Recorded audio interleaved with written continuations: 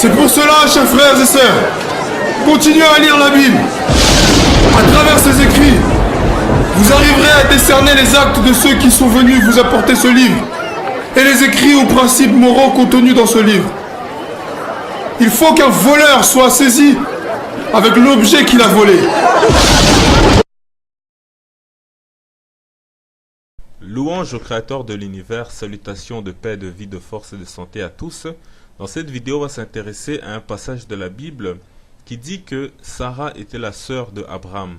Et puisqu'elle était en même temps l'épouse de Abraham, cela voudrait dire qu'Abraham pratiquait l'inceste. Ainsi donc la question est de savoir, est-ce que Sarah était-elle réellement la sœur de Abraham? Pour notre part, on va tout de suite répondre que non. Et pour mieux le comprendre, on va faire appel au paradigme africain, mais qu'on retrouve aussi ailleurs.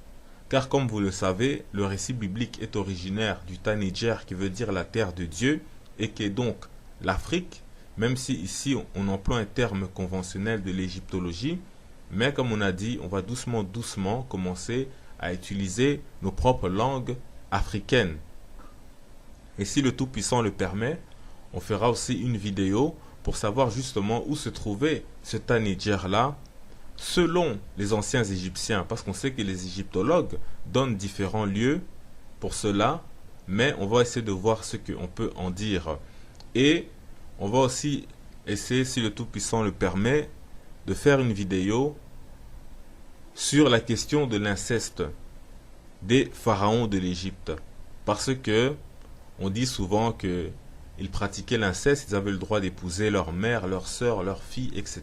Donc on va essayer de voir si tout cela est vrai, si tout cela tient réellement debout, est-ce que c'est basé sur du solide. Mais on en reparlera si le Tout-Puissant le permet. Donc, pour revenir à notre sujet, les écritures bibliques doivent être abordées selon leur paradigme originel. Ainsi, nous allons voir ce passage qui laisse croire que Sarah était la sœur d'Abraham et que quand on aborde ce passage avec un paradigme européen, il est évident que l'on tombe dans la confusion, comme on peut le voir dans cette vidéo qu'on va vous laisser regarder l'extrait et puis on va revenir. Et si ça vous choque encore, pensez à Abraham, il s'est marié avec sa demi-sœur. Et Jacob s'est marié avec sa cousine. Enfin bref, notez un dernier détail. Donc, vous l'avez vu. Maintenant, voyons si cela est vrai. D'abord, on va rapidement situer le contexte. Abraham était en séjour à Guérar et il disait que Sarah était sa sœur. Du coup, Abimelech avait enlevé Sarah pour l'épouser, mais Dieu lui apparut en songe pour l'empêcher de la toucher et lui révéla qu'elle était l'épouse d'Abraham. Ainsi, Abimelech est allé demander des explications à Abraham. Et c'est donc la réponse que Abraham va lui donner que nous allons lire. Pour ça, on va dans la Bible, dans Genèse chapitre 21, dans Genèse chapitre 20, versets 11 à 13. On nous dit, Abraham répondit, je me disais qu'il n'y avait sans doute aucune crainte de Dieu dans ce pays et que l'on me tuerait à cause de ma femme. De plus, il est vrai qu'elle est ma sœur. Fille de mon père, seulement elle n'est pas fille de ma mère et elle est devenue ma femme. Lorsque Dieu me fit errer loin de la maison de mon père, je dis à Sarah, voici la grâce que tu me feras. Dans tous les lieux où nous irons, dis de moi, c'est mon frère. Point, fin de citation. Donc ici, les choses sont claires.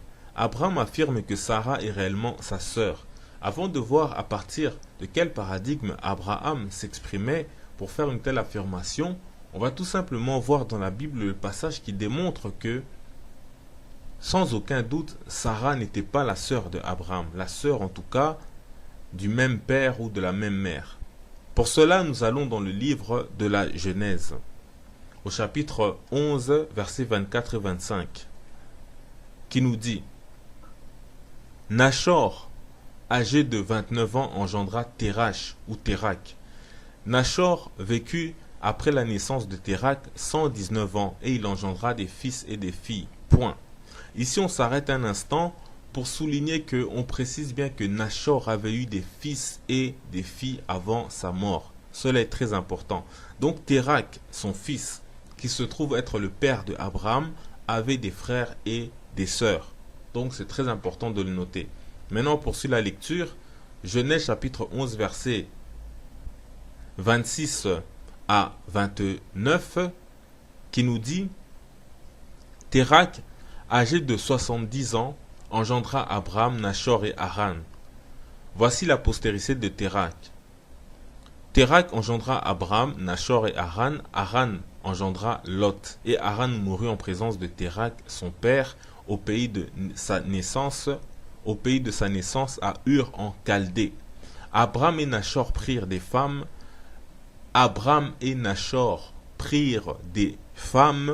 Le nom de la femme d'Abraham était Sarai.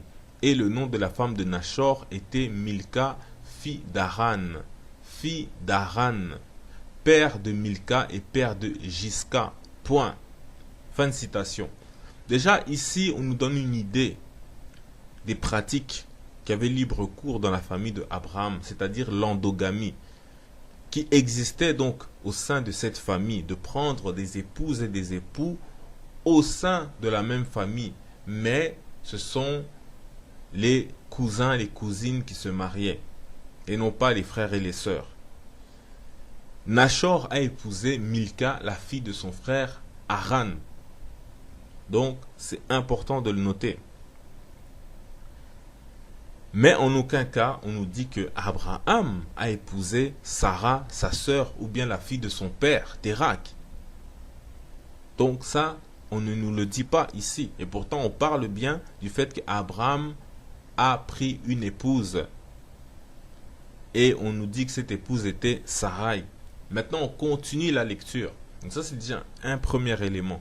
Maintenant, le deuxième élément, c'est dans Genèse chapitre 11, verset 31, qui nous dit: Térakh prit Abraham son fils et Lot, fils d'Haran, fils de son fils, et Sarai, sa belle-fille. On répète, Térakh prit Abraham son fils et Lot, fils d'Haran, fils de son fils, et Sarai, sa belle-fille. Vous entendez bien les précisions qu'on donne? Sarai, sa belle-fille, femme d'Abraham, son fils. Vous voyez, toujours, on donne exactement les précisions de qui est qui. Ils sortirent ensemble d'Our en Chaldée pour aller au pays de Canaan. Ils vinrent jusqu'à Charan et ils y habitèrent. Point. Fin de citation. Donc, on dit bien que Sarah est la belle-fille de Térakh et elle est la femme d'Abraham, son fils, à Térakh. On ne nous dit pas et Sarah, sa fille, femme d'Abraham, son fils, mais on précise bien que Sarah est sa belle-fille. Et là-dessus, il n'y a aucun doute, car le mot en hébreu utilisé pour dire sa belle-fille est Kala. Dans la Bible, ce mot désigne toujours la belle-fille ou bien la fiancée. Donc, la belle-fille pour le père de l'homme, donc qui est fiancé.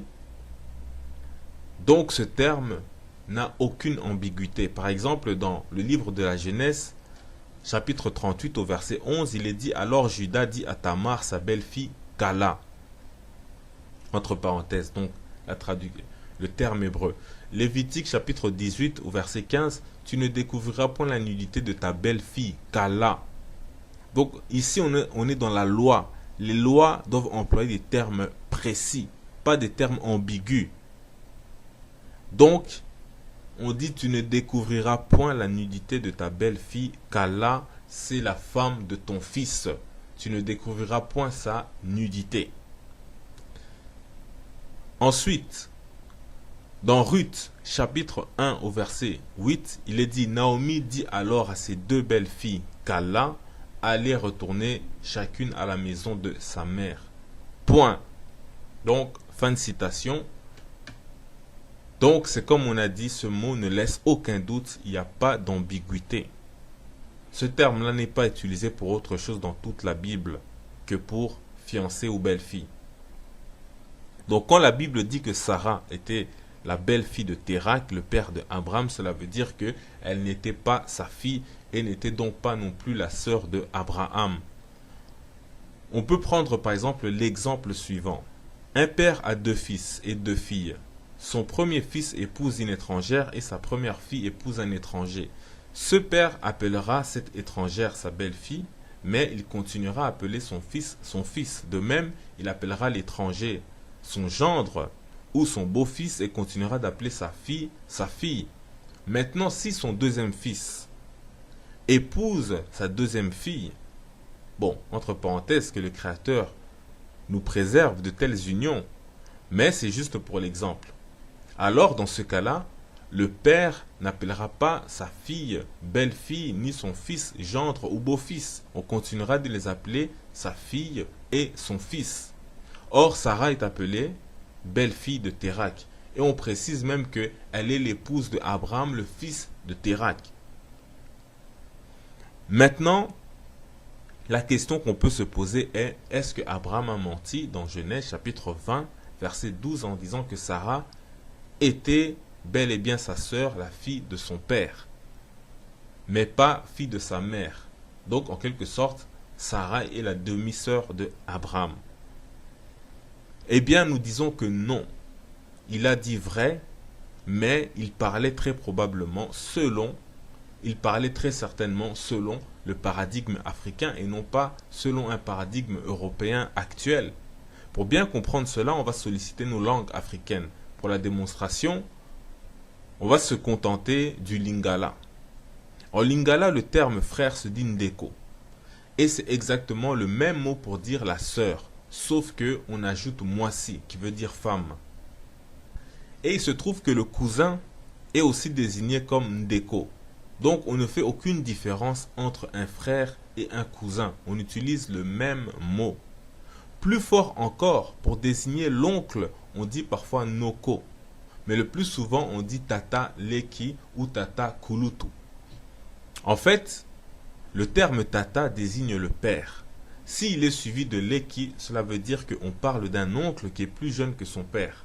Et s'il est suivi de kulutu, cela veut dire qu'on parle d'un oncle plus vieux que son père. Donc, on ne fait aucune différence entre son père et son oncle. Donc, pour revenir au terme ndeko, qui désigne de la même façon le frère et le cousin, ou bien la sœur et la cousine, eh bien, il nous permet d'entrevoir le paradigme de Abraham lorsque il dit que Sarah est sa sœur de même père, mais pas de même mère. Cela veut dire tout simplement que Sarah était sa cousine, très probablement la fille d'un frère ou d'une sœur du père de Abraham. Et donc, comme elle n'était pas de la famille de Abraham du côté de sa mère, mais plutôt du côté de son père, c'est pourquoi Abraham a dit qu'elle est la fille de son père et non pas de sa mère. Car il se trouve qu'en lingala, nièce et fille se disent pareil. C'est le terme moana, qui veut dire enfant. Mais on ajoute parfois, par exemple, enfant du frère de un tel ou de la sœur de un tel. Donc, si Sarah était en fait la nièce du père de Abraham, en lingala, on dirait elle est moana du père de Abraham, c'est-à-dire qu'elle est son enfant, de par son frère ou bien de par sa sœur, par exemple. Et en effet, elle pouvait très bien être la nièce de Térak, car la Bible dit de Nachor, le père de Térak, Genèse chapitre 11, verset 25, Nachor vécut après la naissance de Térak 119 ans et il engendra des fils et des filles. Donc, le père de Abraham avait des frères et des sœurs. Par contre, en ce qui le concerne lui-même, Térak, rien ne nous dit dans ce récit de la Genèse qu'il avait eu des filles. Car contrairement à son père et à ses ancêtres, au moment de sa mort, on ne dit pas qu'il a eu des fils et des filles. Et si vous regardez la généalogie de Térak, donc le père de Abraham, à chaque fois que vous remontez, lorsque un ancêtre meurt, on dit qu'il est mort, il a eu des fils et des filles. Mais tandis que Térak, on ne dit pas cela.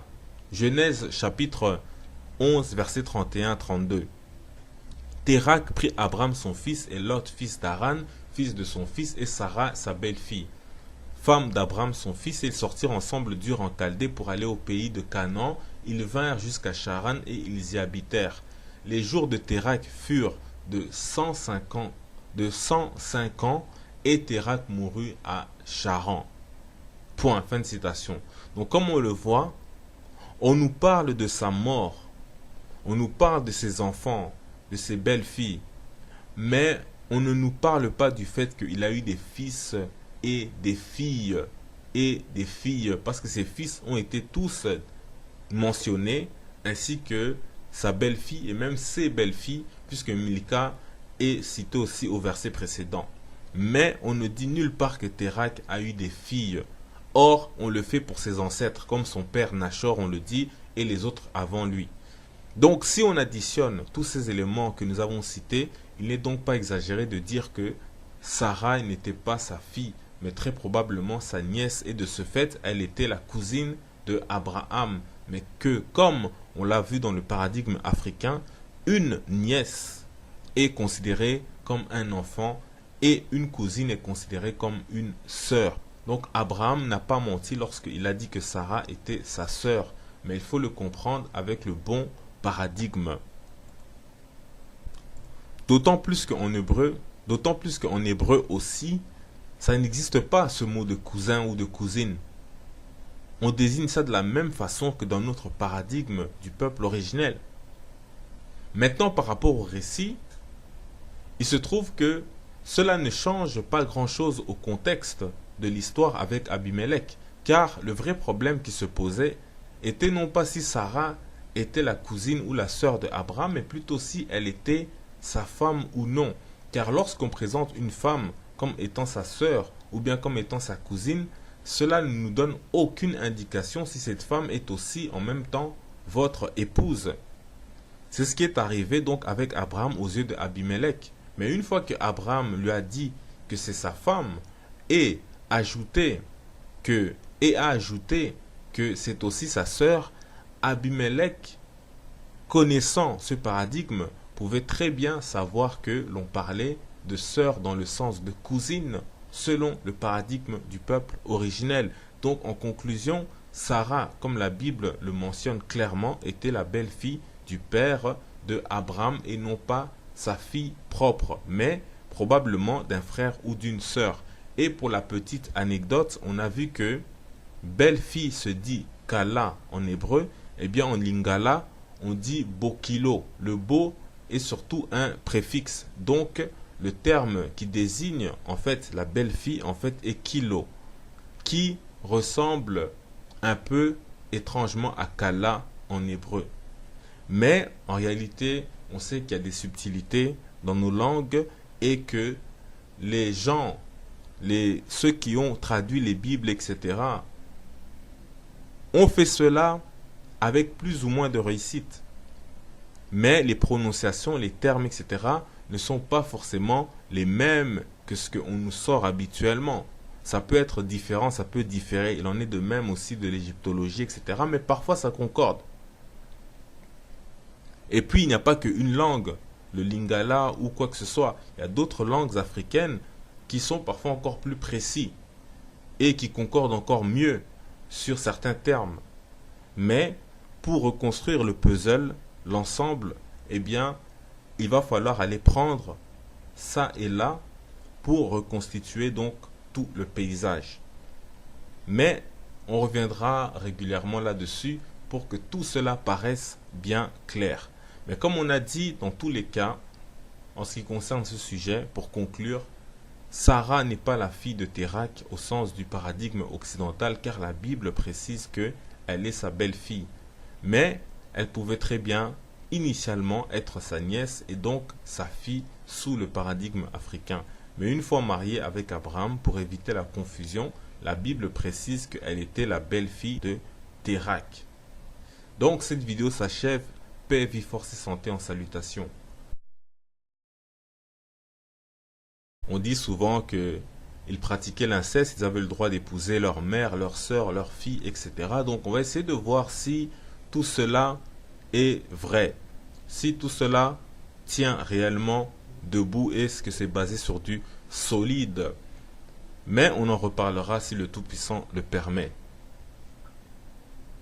Donc, pour revenir à notre sujet, les écritures bibliques doivent être abordées selon leur paradigme originel. Ainsi, nous allons voir ce passage qui laisse croire que Sarah était la sœur d'Abraham et que quand on aborde ce passage avec un paradigme européen, il est évident que l'on tombe dans la confusion, comme on peut le voir dans cette vidéo qu'on va vous laisser Regardez l'extrait et puis on va revenir. Et si ça vous choque encore, pensez à Abraham, il s'est marié avec sa demi-sœur. Et Jacob s'est marié avec sa cousine. Enfin bref, notez un dernier détail. Donc, vous l'avez vu. Maintenant, voyons si cela est vrai.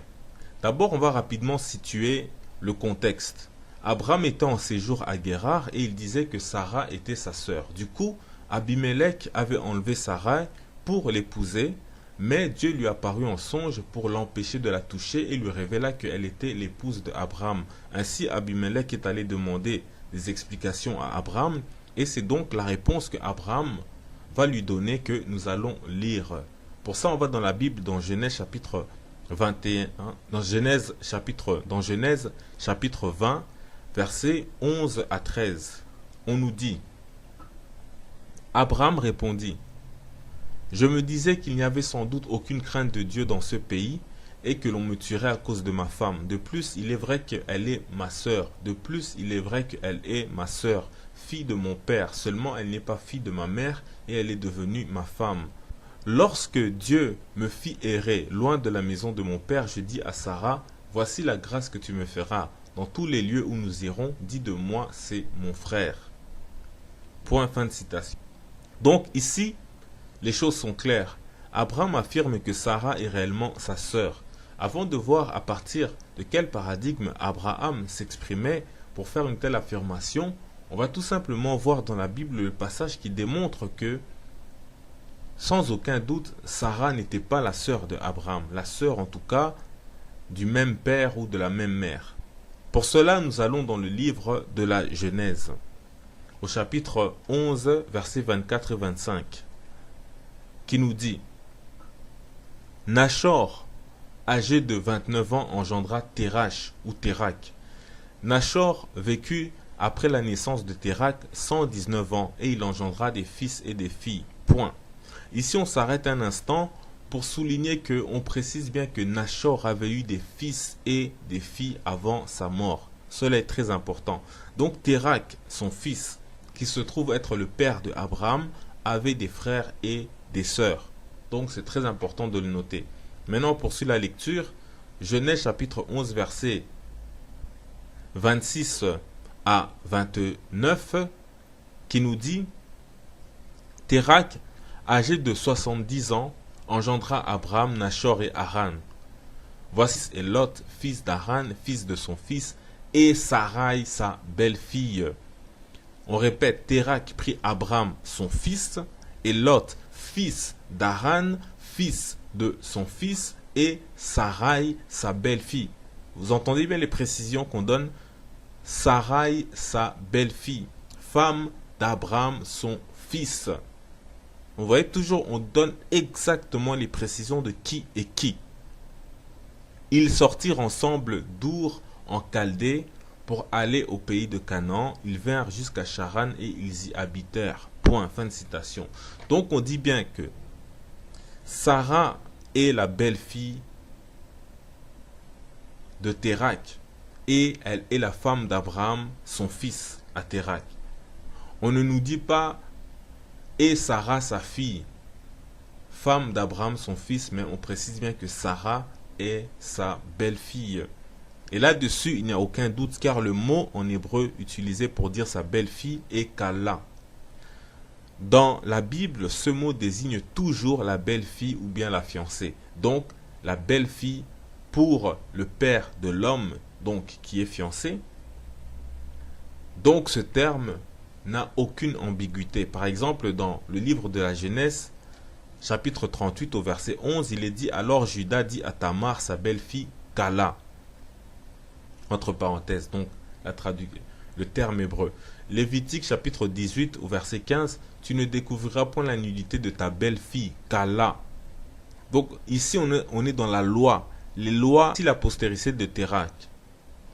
Térak engendra Abraham, Nachor et Haran. Haran engendra Lot. Et Haran mourut en présence de Térak, son père, au pays de sa naissance à Ur en Chaldée. Abraham et Nachor prirent des femmes.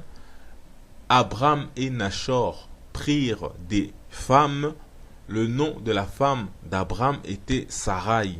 Et le nom de la femme de Nachor était Milka, fille d'Haran, père de Milka et père de Jiska. Point. Fin de citation. Déjà ici, on nous donne une idée des pratiques qui avaient libre cours dans la famille de Abraham, c'est-à-dire l'endogamie, qui existait donc au sein de cette famille, de prendre des épouses et des époux au sein de la même famille, mais ce sont les cousins et les cousines qui se mariaient, et non pas les frères et les sœurs. Nachor a épousé Milka, la fille de son frère Haran. Donc, c'est important de le noter. Mais en aucun cas, on nous dit que Abraham a épousé Sarah, sa sœur, ou bien la fille de son père, Térak. Donc ça, on ne nous le dit pas ici. Et pourtant, on parle bien du fait qu'Abraham a pris une épouse. Et on nous dit que cette épouse était Sarai. Maintenant, on continue la lecture. Donc ça, c'est déjà un premier élément. Maintenant, le deuxième élément, c'est dans Genèse chapitre 11, verset 31, qui nous dit « Térak prit Abraham son fils. » C'est pour cela, chers frères et sœurs, continuez à lire la Bible. À travers ces écrits, vous arriverez à décerner les actes de ceux qui sont venus vous apporter ce livre et les écrits ou principes moraux contenus dans ce livre. Il faut qu'un voleur soit saisi avec l'objet qu'il a volé. Louange au Créateur de l'univers, salutations de paix, de vie, de force et de santé à tous. Dans cette vidéo, on va s'intéresser à un passage de la Bible qui dit que Sarah était la sœur de Abraham. Et puisqu'elle était en même temps l'épouse de Abraham, cela voudrait dire qu'Abraham pratiquait l'inceste. Ainsi donc la question est de savoir, est-ce que Sarai était-elle réellement la sœur de Abraham? Pour notre part, on va tout de suite répondre que non. Et pour mieux le comprendre, on va faire appel au paradigme africain, mais qu'on retrouve aussi ailleurs. Car comme vous le savez, le récit biblique est originaire du Tanijer, qui veut dire la terre de Dieu, et qui est donc l'Afrique, même si ici on emploie un terme conventionnel de l'égyptologie, mais comme on a dit, on va doucement commencer à utiliser nos propres langues africaines. Et si le Tout-Puissant le permet, on fera aussi une vidéo pour savoir justement où se trouvait ce Tanijer-là, selon les anciens Égyptiens, parce qu'on sait que les égyptologues donnent différents lieux pour cela, mais on va essayer de voir ce qu'on peut en dire. Et on va aussi essayer, si le Tout-Puissant le permet, de faire une vidéo sur la question de l'inceste des pharaons de l'Égypte. Parce que